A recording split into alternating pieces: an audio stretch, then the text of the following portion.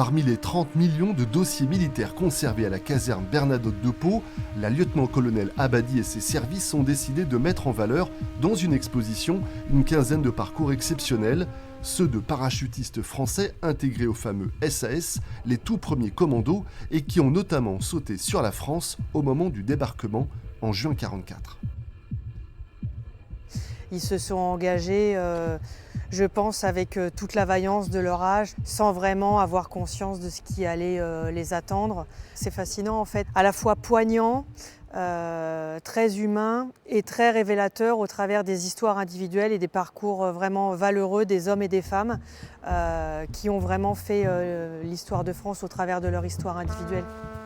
Et tout est donc ici, dans ces dossiers militaires. Certains documents sont visibles, d'autres non, mais c'est à chaque fois une plongée émouvante dans l'histoire de ces jeunes gens engagés. Et donc ça, c'est le décret nommant au grade de chevalier de la Légion d'honneur, donc Edgar Motin, signé du général de Gaulle. Ils ont d'abord mené des actions de renseignement, donc ils ont fait plusieurs allers-retours en étant parachutés en France occupée, et ensuite ils ont commencé à préparer le débarquement. Donc là, ça a été plutôt des missions de sabotage, d'armement de la résistance.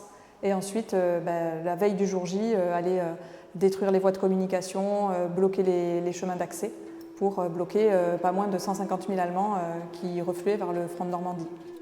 Et parmi les dossiers exposés, celui d'Achille Müller, bien connu en Béarn, encore récemment honoré pour son engagement, notamment au sein des SAS, à un moment clé de l'histoire de France. Une exposition qui sera visible à partir du mois de juillet à l'Étape, l'école des troupes aéroportées à Lons. 2000 jeunes Français ont fait partie de cette épopée militaire.